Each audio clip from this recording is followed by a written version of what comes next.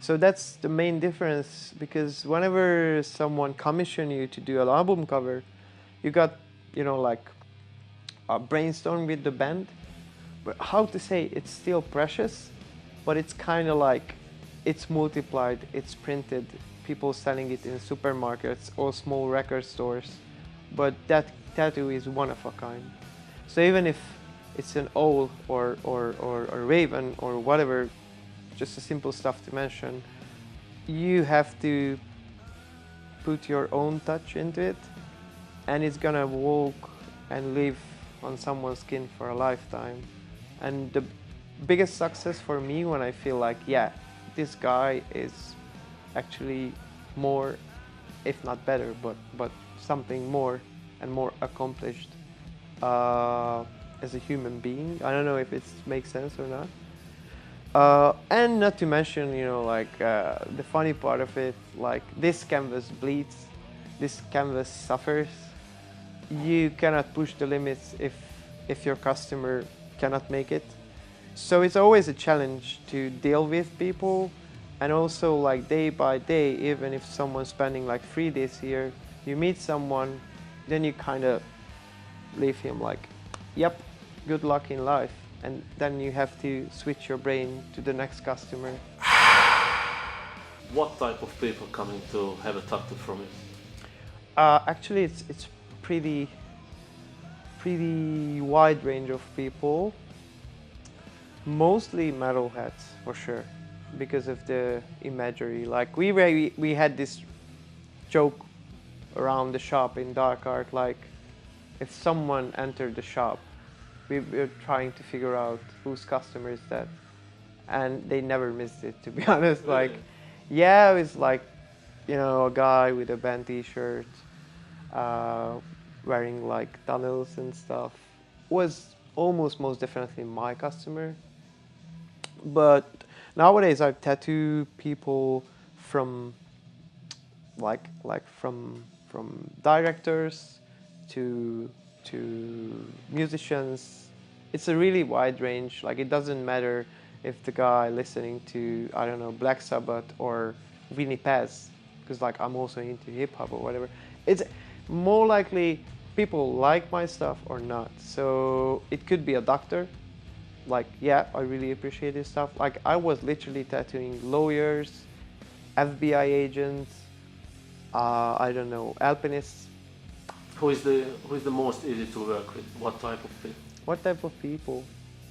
But actually people who got their proper idea, but they're like, yeah, you got like 3 keywords, go ahead.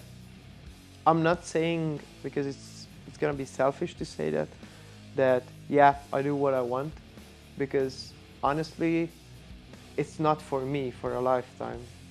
So I would hate that, like, I force someone to get that piece, but he's like not 100% happy with that. The easiest customer probably doesn't exist. But there are like some circumstances where the customers could help you to make your whole collaboration together easier. I would say that. What type of tattoo you would make if someone would say you can do whatever you want? I would keep telling him and asking him, like, just give me some pointers, because in one hand that's awesome, and in like 50% of the cases I got this, like, hey, I'm just really in love with your stuff, do whatever you want. But in some case this happened, then I came up with something I always wanted to do, even if it was really twisted or kind of out of my comfort zone, what I always wanted to do. But no one really asked me, even if I tried to incorporate some elements. And they were like, aha, that's cool, I get it, probably you're gonna execute it really well, but what if we go with this and that direction? And at some point it's really cool, because even if I draw up something, just have the customer to find what they are really into. So the best option, if they come up with even just like a couple of sentences, or like let's say I love Lord of the Rings, and I'm like, okay, which characters, like whatever you want. Probably I'm not gonna go with, you know, like Frodo and all the good characters in it, because that could be cool, but you know, like visually not that interesting. So the best is if you got like even just a small idea what you want, and after I will try to come up with the rest. Tell me about Budapest tattoo scene, how it looks like. I will be honest and kind of harsh, but at the moment it's kind of it's hard to find the word.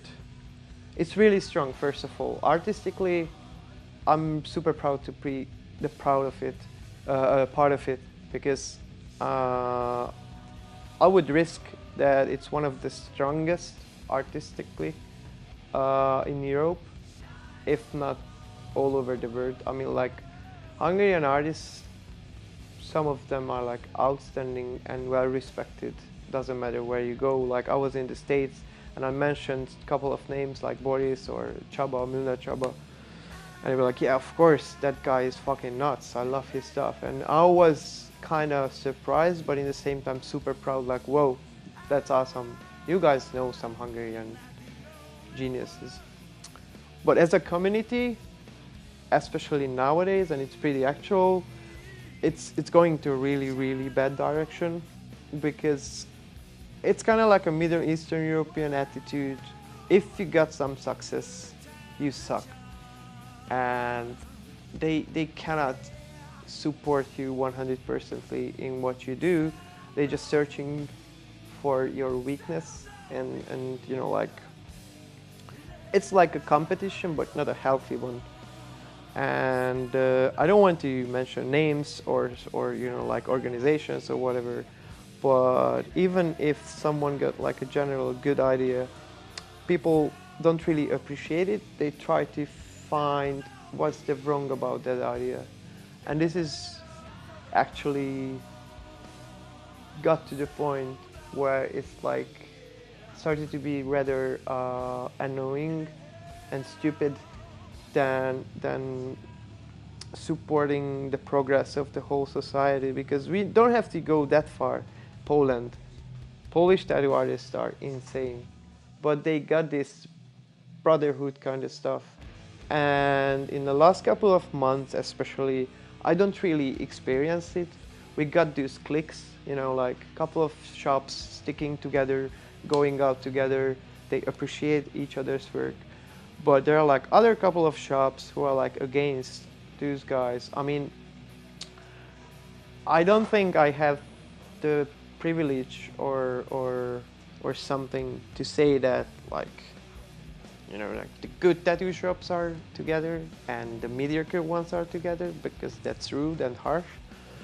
But this is how I experienced the whole thing. And people often, how to say that, like to live with the term like, yeah, I'm doing it for 10 years. That's fair enough, and I respect you for that. But if you don't see further and you don't admit there's actual like a younger generation coming up, that's gonna ruin the whole relationship of the tattoo society. So just because of the sake of the interview, I'm not gonna say like it's perfect, because I would lie, and probably all my friends who agree with me and they witness this interview gonna say like, what the fuck are you talking about? So I have the faith that it's gonna be better, but that's gonna be a lot of work, a lot of work, because it has its ups and downs, but nowadays rather downs, and the younger generation have to push it really hard to emerge again, the Hungarian tattoo society. How did Budapest influence your style, if it did? It did, definitely. I mean, people surround me, who surround me. I mean, it's not a big city, especially when we're talking about like subcultural stuff.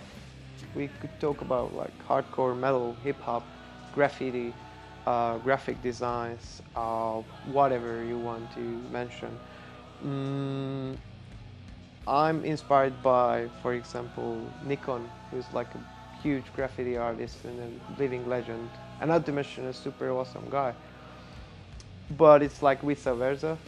So I feel comfy when I'm surrounded by people who are like my buddies and friends, but in the same time, like we push each other to to to to how to say that, like to level up. So it influenced my style, but not really my style, most likely my attitude, I would say. Budapest, and especially my customers, always mention that, like, dude, this city looks really badass with all the historical buildings and ornaments and sculptures and statues. And sometimes I just have to turn my head up and, whoa, that's awesome. I'm gonna take a photo as a reference.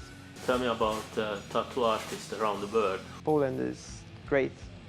I mean, almost literally 80% of my tattoos are made by Polish tattoo artists. So for instance, like, I'm really into the work of Lukas Sokolowski. He's doing this surrealistic stuff. I cannot even, like, describe his stuff. It's just really honest. Like, you could tell that this guy put every effort into each piece he does. Also, Chris Chichlik, if I pronounce your name bad, sorry, buddy. Actually, these guys also tattooed something on me, and for me it's really important to have a tattoo by someone who I respect, and when I check out the tattoo, it's gonna be a good memory as the whole process. But not to mention other artists from all over the world. Like, I really love Matt Lambdin. He's kind of a newcomer, tattooing for a handful of years, and he's amazing. Of course, I'm really into the stuff of, like, legends like 1010 or Philippe Le. To mention Hungarian artists like Zsolt Csárköz definitely was an influence for me, or Szabolcsó Ravec, Chiga. He used to work with, I used to work with him, and actually getting tattooed by him next weekend. His stuff is amazing, not just technically, but the way he turned stuff into his style. Actually, I could, like, make a huge long list, because there are like countless talented people and tattooer out there. But mostly what catches my attention and my eye is uniqueness, if I could say so. Like, I don't have to read on Instagram the caption or check out who is the artist, and I'm like, yeah, that's a piece by him. How do you see the future of Tattooing? tattooing? At the moment, it's super bright and super dark in the same time, because I got kind of like a rant about it a couple of months ago on the best social media site ever made. It was like how it became a trend just for the sake of this rockstarish attitude to be a tattoo artist, and people actually, put themselves onto a level due to the feedback they got. But pardon my French, but no one gives a shit if your best friend commenting you are the best. That's your problem if you believe that, actually.